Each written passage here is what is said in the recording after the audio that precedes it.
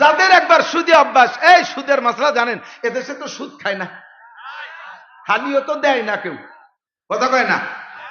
Barrack, Adams, Caritas, BRDB, স্বনির্ভর, জাগরণী চক্র, আশা, প্রশিকা, গ্রামীণ ব্যাংক, এগুলো আছে না নাই?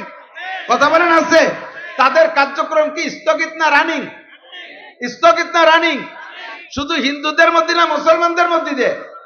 যারা সুদ খায় এবং দেয়, যারা সুদ খায় এবং দেয়, দেনেওয়ালা খানেওয়ালা যদি পুরুষ হয়, আপন মায়ের সাথে প্রত্যেক 1 টাকার বিনিময়ে 36 বার জিনা করতেছেন।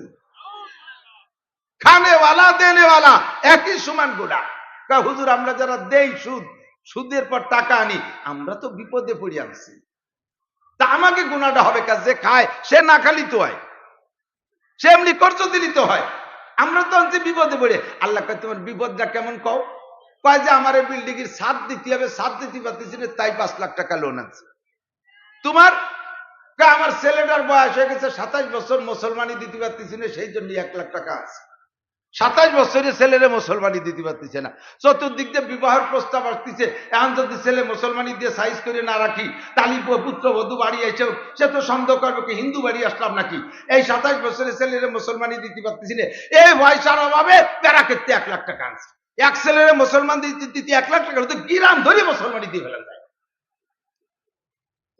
তার মানে গরু কিনে উনি একটু অনুষ্ঠান করবে, একটা হালখাতা করবে। হালখাতা বলছেন? হালখাতা সারা বছর বাকি যায়, বৈশের পাশে একটু পুরি মুড়ি খাইয়ে কালেকশন করে। জীবন বইরে মানুষটা যা দেশে ছেলেরে খাতনা করাইয়া মুসলমানি দিয়ে সেইটা কালেকশন করবে, এর নাম হলো হালখাতা। শয়তানি। এই জন্য তুমি লোন করছো, এই জন্য তুমি ব্যারাকের থেকে সুদ আনছো, গ্রামীণ ব্যাংকের থেকে সুদ আনছো। তোমার সুদ দিয়ে টাকা আনা, সুদের উপরে টাকা আনিয়ে খরচ করা জায়েজ কোন সময়? যখন তোমার অভাবের এমন পর্যায়ে পৌঁছে যাবে, পদ্মা নদীতে মরা গরু ভেসে যাচ্ছে, পদ্মা নদীতে মরা শুয়োর ভেসে যাচ্ছে, তোমার অভাবের কারণে খাওয়ার কিচ্ছু পাচ্ছ না, জীবিকা নির্বাহের কোনো উপায় নাই, এই শুকর খাওয়া তোমার শরীয়তে হালাল করছে, এখন জান বাঁচানোর জন্য শুয়োর খাইতে পারো।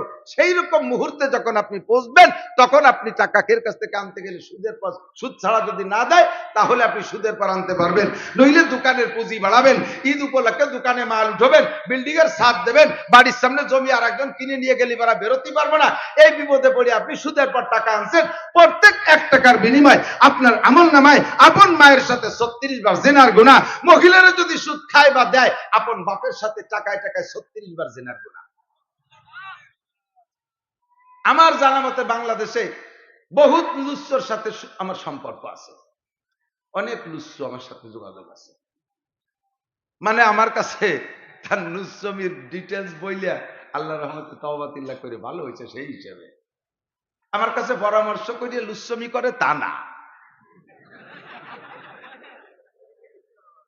কিন্তু আজও পর্যন্ত এমন করে লুচ্চ পাইলাম না, একজন লুচ্চর খবর আমি পাই না যে সে মায়ের সাথে যৌন চরিতার্থ করে। আপনাদের জানা আছে? জানা আছে? যত নিচেই নামুক বাংলাদেশ, এখনো পর্যন্ত এত নিচেই নামে নাই, ঠিক কি ঠিক না?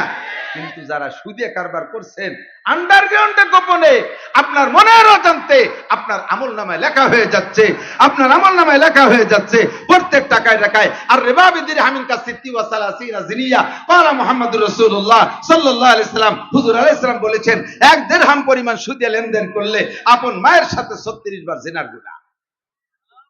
ইত্তাকিল মাহারিম, ছেড়ে দাও হারাম। এজন্য বলছি দোস্ত, যাদের ভিতরে এই সমস্যা আছে, এখন তাদের ভিতরে অপারেশন শুরু হয়ে গেছে।